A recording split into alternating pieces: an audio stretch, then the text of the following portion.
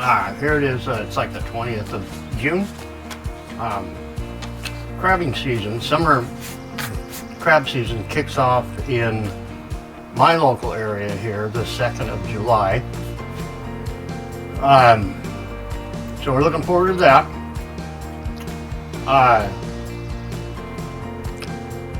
Marine areas 6, 8-1, 8-2, 9. They're all going to be open July 2nd through September 17th or 7th, sorry. Thursdays, Fridays, Saturdays, Sundays, and Mondays only. Other areas are going to open up later in the year, so you want to check with WDFW if you're looking at something other than those ones that I've listed off, because they're going to be a little bit different. Area 10, for example, Seattle is opening up a little bit later. Instead of the 2nd of July, it'll be open the 5th, so after the 4th of July. Same goes with Marine Area 11, which is Tacoma. So, not all the same time, kind of the typical thing that we've seen WDFW do with crab season. Not a whole lot new. So, we're going to talk about my typical crab setup. This is my typical, this is my SMI brand crab pot that I use, and well, it's been sitting for a little while, so it's got garden vines growing through it. Okay, these are, you can also buy these, they're fairly cheap. I think these ones here are under 50 or 60 bucks. I don't remember exactly what they were. I've had them a little while. They're going to consist of the bridle, little bait container in here. I have modified mine by adding, I do believe these are 1.5 ounce weights to the door. These are typical, these are those fishing weights that they have the rubber insert on them, and you're made to go and twist them onto the line. You just pull that rubber insert out, open it up, and put it on here. This kind of helps keep the door from flapping around a little bit, you know, so it keeps the crab inside instead of wandering in and out through the doors and stuff.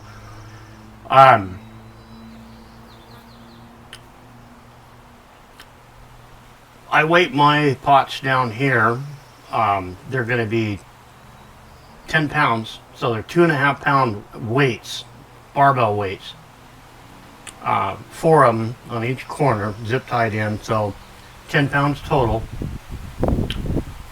Typically I'm going to run 150 feet of line to the 2 buoys. My line is right over here. I store it in 5-gallon buckets. So it's all coiled in there. Buckets are drilled so that feed it out, clip it on there, drop the pot over, feed it out, attach my buoys on, and yada. When I bring it back in, it comes back in off the pot puller. The line goes right into the bucket, so it stays off the deck. It keeps the deck nice and clean.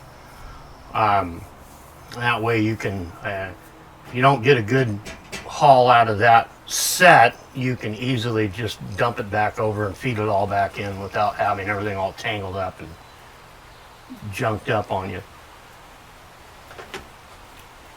It's fairly simple, fun to do. It's really easy. Your depths are crab are found anywhere, you know, from a couple feet of water on out to 50, 60 feet, 70, well, 200. But I don't very rarely go out that far. Most of them are going to be between 30 and 100 feet is where I typically find a lot of them. Bait. So inside of the bait box, I will typically use chicken thighs, and I will often put it into a Ziploc bag, and the chicken thighs with skin on. Excuse me, I want to grab some of this and some of that. So a lot of times we'll prep this the night before. Just throw half of them, like half a pack. Let's buy a big pack from Walmart or Fred Meyer. Take half of them, put them into a Ziploc bag, color them down. This has got some, this is probably actually for fish eggs, but it's got UV attractants in it, and this isn't the other one. So this has got shrimp oil and stuff like this in it. So this is actually would be better to use, but I just salt it down with that. You get out there, chicken thighs go in here. Chicken thighs kind of gives the crabs something to occupy their time. Takes them a little while to pick it apart so they don't demolish it right away. The other thing that I like to do, though, is I save the carcasses and stuff from the lingcod or salmon that I carry during the year.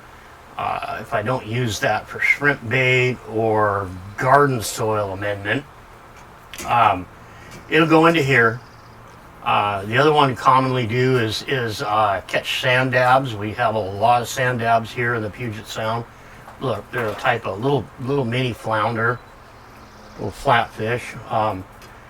But I will pin those to these little snap pins here. You can get these down at your sporting goods shop too. Let's see if I can get this out of here. We'll go this way.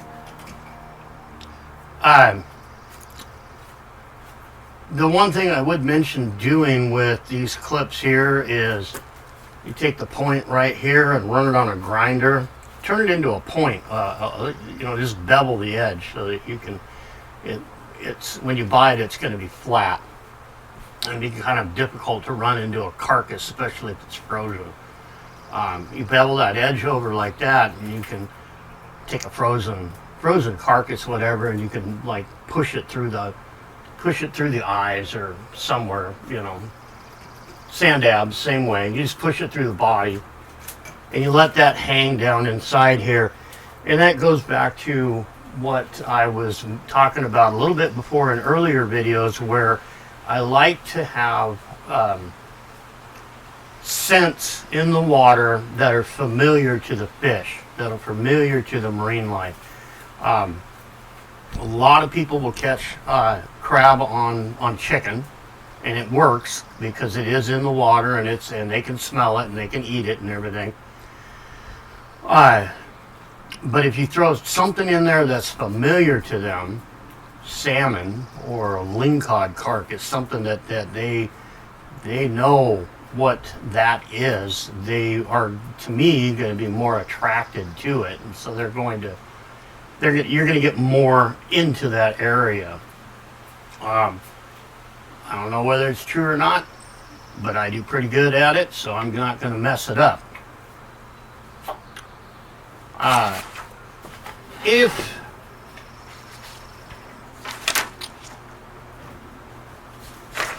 the other way of doing this, if you don't have a boat, there's other kinds of crab traps out there that are they're designed to work from piers. There's a ring trap out there that basically, it's got a bridle just like this, but the whole thing will lay flat. And then you put your bait in the middle of it, and the crabs come over onto it. And when you pick it up, it lifts up and makes a net bucket, more or less. It's like a net laying on the floor. I That's one kind.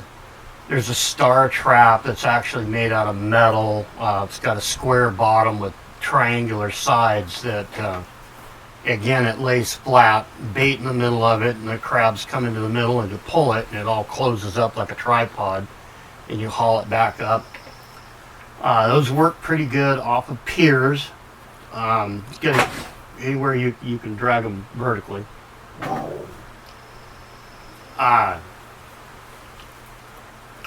Crab snares. This is a crab snare. This is one kind of a crab snare. These are, you basically bait this down with chicken thighs. These are meant to be used with a rod, fishing rod. Get a good heavyweight fishing rod. These are great, and they're made to be cast off of a beach. So you can stand out there on the beach, load that thing up with again, with your bait. Chicken thighs work great if you can get them in there. And you cast this thing out, and it lays. It's got all these little fishing line snares all over the outside of it, and it lays down on the bottom. And the idea is to let it sit there for a little bit, and the crab comes along here, and they step in this here, and then when you reel it in, it catches their legs, and you just keep reeling and drag them into the land, and measure them, make sure they're legal, and all of that. So there's several different varieties of these out here. They're pretty simple, pretty easy to use. You can use these from a lot of the beaches, so you don't even have to have a boat. You can. This is a very common way of catching crab without having a bunch of those big bulky crab traps. You just need one of these and some bait and a good heavy pole, because the crab are a little bit on the chunky side. Aside from that, the limit hasn't changed. You're still allowed 5 crab per day, Dungeness crab per day. You can keep, and the dimensions haven't changed either. They're and you can keep the red rock crab, anything more than 5 inches, I think it is. I don't remember what it is. Male and female, everything's got to be hard shell. And so the way you do that is it's really kind of funny to me, because you test it on the front side of the shell, right where the pinchers are at, just like on either side of the eyes. You go in there and you squeeze it a little bit, and basically if the crab, if the shell is a little soft, the crab will move around. He won't like you pinching him. But I don't know a lot of people that are going to stick their fingers right up to where the crab can grab a hold of them with their claws, because they will. So, but you want to basically flip them over and kind of pinch them towards the back side a little bit, and it's that's a good enough spot. You just don't want them have a whole lot of give. If they got a whole lot of give on them, unfortunately, you have to probably throw those back. It kind of gets to be a little bit of a crapshoot when you get back to the marina or wherever, and the fish checkers are there, because it's a judgment call on whether they're going to go, oh, that's a soft shell or not. So, try to keep the hardest, biggest ones you can. Of course, it's all going to be you can't keep any females. Any female Dungeness crab have to go back in. You can only keep males, and go at it. Then also, starting July is the opening of salmon season. So that's July is the kickoff month for fishing, really, here in the Puget Sound, for a lot of people. We've been pretty fortunate to be able to get in on the winter blackmouth, and of course the lingcod season and shrimp. So we've been hitting it pretty hard for couple of months already, but this is our time to really take off. So between July, for me, it's going to be from the 1st of July or the 2nd when crab opens up until the week of the 10th of July. We'll be out here crabbing and fishing for coho, and for the remainder of the month we'll be up on Baker Lake fishing sockeye. So that'll be a fun one. I always look forward to that fishery. So we're going to be up there catching sockeye, and then back down here once August.